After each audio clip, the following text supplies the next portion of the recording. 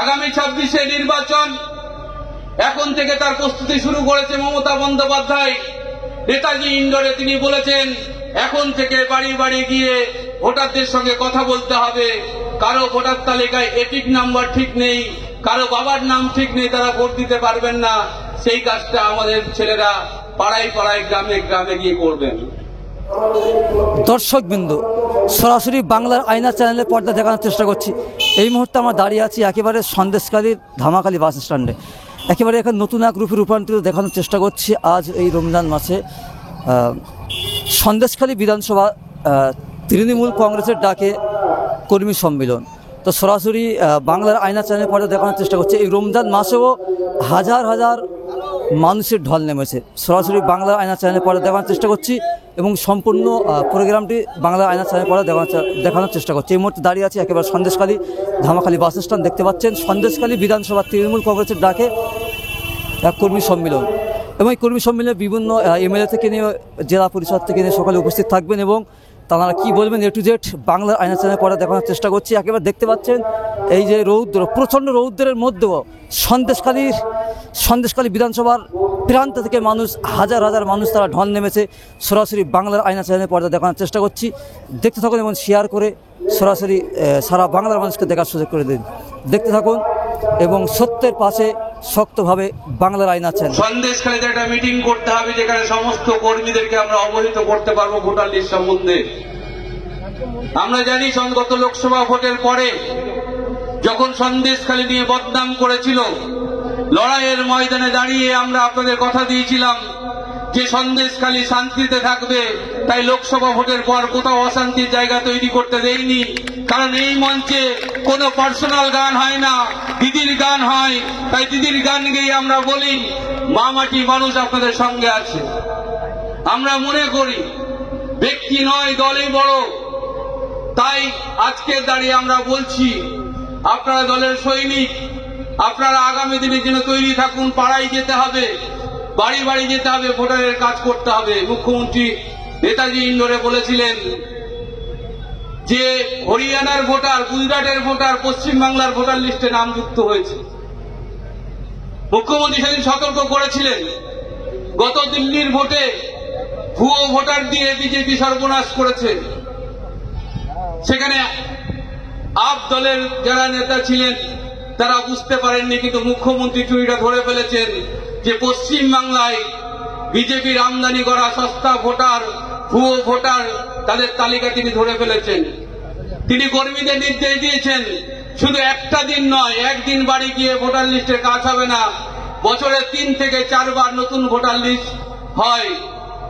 এই বছর সারা বছর ধরে যতদিন না 26-এর ভোট হবে আপনাদের ভোটার লিস্টের কাজ সংশোধন করতে হবে। আমাদের সমস্ত কর্মী বন্ধুরা, বুথ এজেন্টরা, বুথের যারা বুথ কমিটি আছে, যারা প্রত্যেকটা ভোটারকে চেনেন, তারা কিন্তু সেই কাজটা করবেন। এটা মুখ্যমন্ত্রীর নির্দেশ। আমরাও এখানে বলি সস্তার রাজনীতি করতে আমরা আসিনি। সন্দেশখালীর মানুষের যে ইচ্ছা, সন্দেশখালী শান্তি প্রতিষ্ঠা করার লক্ষ্যেই কিন্তু আমরা রাজনীতিটা করছি। গত লোকসভা ভোটে যেভাবে আমাদের কর্মীদের গায়ে হাত তোলা হয়েছিল, যেভাবে দিলীপ মল্লিকের গায়ে হাত তোলা হয়েছিল, ভোটের পরে তার বদলা হয়নি, তার প্রতিশোধ আমরা নেইনি।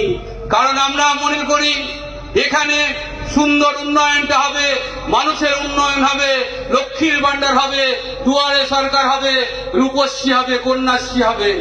তাই বদলার রাজনীতি আমরা করিনি।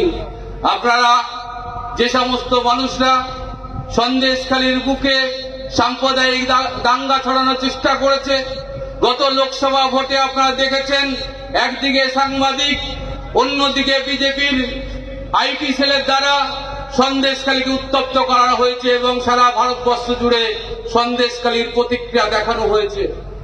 আসলে এই সন্দেশখালী কিছু ঘটেছিল সত্যি। মুখ্যমন্ত্রী সঙ্গে সঙ্গে পদক্ষেপ নিয়েছিলেন। যারা সন্দেশখালীর জমি লুট করেছিল, যারা সন্দেশখালীর অশান্তির বার্তা তৈরি করেছিলেন, মুখ্যমন্ত্রী সঙ্গে সঙ্গে জমি ফেরত দেওয়ার ব্যবস্থা করেছেন।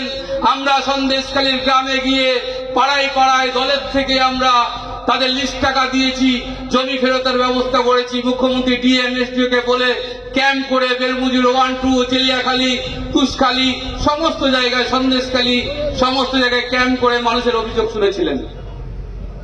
তিনি মনে করেন যে সন্দেশখালীর মানুষের জন্য তিনি নিজেও এসছেন। আপনারা দেখেছেন সেদিন লাখ লাখ লোক সন্দেশখালী ভিড় করেছিলেন, কারণ সন্দেশখালীর মানুষ খুশি হয়েছে, কারণ গঙ্গাধর কয়ালরা একটা গটআপ গেম করেছিল, সন্দেশখালী তৃণমূলকে হারাতে হবে। আজকে দাঁড়িয়ে আমরা আপনাদেরকে কথা দিতে পারি যে সন্দেশখালীর মুখে, মানুষের মুখে হাসি ফোটানোই আমাদের কাজ। আমরা সন্ত্রাস নয়, আমরা মানুষের উন্নয়নকে এগিয়ে নিয়ে যাব। যারা এখানে বিভিন্নভাবে মানুষকে আটকাচ্ছে তাদেরকে বলি, আমরা মমতা বন্দ্যোপাধ্যায় আদর্শকে নিয়ে কাজ করি। যারা বিভিন্নভাবে মানুষকে পদদলিত করছে তাদেরকে বলবো, মমতা বন্দ্যোপাধ্যায় আদর্শকে সামনে রেখে এগিয়ে যান। কে নেতা দেখার দরকার নেই, একজনই নেতা, একজনই নেত্রী, মমতা বন্দ্যোপাধ্যায়। আমাদের সেনাপতি অভিষেক বন্দ্যোপাধ্যায় গতকাল ভার্চুয়াল মিটিং করে তিনি পরিষ্কার বলেছেন, যারা পঞ্চায়েতে ভালো কাজ করবে না বুথে, সেই বুথ সভাপতি থাকবে না।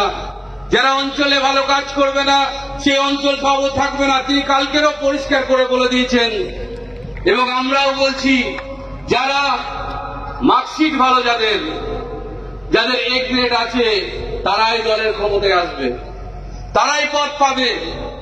শুধুমাত্র একটা সরকারি পদ নিয়ে মানুষের উপর জুলুম করব, অত্যাচার করব, তারা দলে থাকতে পারে না। মমতা বন্দ্যোপাধ্যায় সেই দল চায় না। মমতা বন্দ্যোপাধ্যায় আপনাদের মুখের দিকে তাকিয়ে রাজনীতি করে, গরিব মানুষের খেটে খাওয়ার ব্যবস্থা করে। তিনি যখন কেন্দ্রীয় সরকার আবাসের টাকা দিচ্ছে না, 100 দিনের টাকা দিচ্ছে না, তিনি তার রাজকোষ থেকে সেই টাকা দিয়েছেন। আমরা মনে করি গরিব মানুষের মুখের ভাষা, চোখের ভাষা মমতা বন্দ্যোপাধ্যায় বুঝতে পারেন। যাই হোক, আস্তে আস্তে আমরা এগিয়ে যাচ্ছি আমাদের কাজের দিকে। যারা ছাওয়াতে আছেন তাদেরকে বলবো, আমাদের মঞ্চের বাম সাইড অনেকটা জায়গা আছে, আপনারা আসুন। আগামী 26-এ নির্বাচন, এখন থেকে তার প্রস্তুতি শুরু করেছে মমতা বন্দ্যোপাধ্যায়। নেতাজি ইন্ডোরে তিনি বলেছেন, এখন থেকে বাড়ি বাড়ি গিয়ে ভোটারদের সঙ্গে কথা বলতে হবে। কারো ভোটার তালিকায় এপিক নাম্বার ঠিক নেই, কারো বাবার নাম ঠিক নেই, তারা ভোট দিতে পারবেন না। সেই কাজটা আমাদের ছেলেরা পাড়ায় পাড়ায়, গ্রামে গ্রামে গিয়ে করবেন। আমি আপনাদের বলতে চাই যে আজকে দাঁড়িয়ে সন্দেশখালী গত লোকসভার রেজাল্ট আপনারা দেখবেন না, সন্দেশখালী গত বিধানসভার থেকেও ভালো রেজাল্ট করে আমরা দেখিয়ে দেব যে সন্দেশখালীতেই আছে। কোন বিজেপির দালালি করবে না, বিজেপির চামচাগিরি সন্দেশখালীর মানুষ করবে না। আমি কথা দিয়ে যাচ্ছি, কারণ একটা ভুল বোঝাবুঝি হয়েছিল মানুষের সঙ্গে। মানুষের সঙ্গে আমরা সরাসরি যোগাযোগ করতে পারিনি। কিছু মাধ্যম যারা ফোড়ে, যারা দালাল, তারা মানুষের সঙ্গে তৃণমূল কংগ্রেসের দূরত্ব তৈরি করেছিল। আজকে সেটা দাঁড়িয়ে বলছি, আপনারা সরাসরি কথা বলুন নেতাদের সঙ্গে। যারা কাজ করছে না, যে সমস্ত প্রধান অঞ্চল সভাপতি, পঞ্চায়েত সমিতির সভাপতি, কর্মাধ্যক্ষ, তাদের 1 পয়সা মূল্য নেই, কারণ মানুষ তাদেরকে নির্বাচিত করেছে। তাই আগামী দিনে আপনারা লড়াইয়ের জন্য তৈরি থাকুন। আমাদের অনেক বক্তা আছে।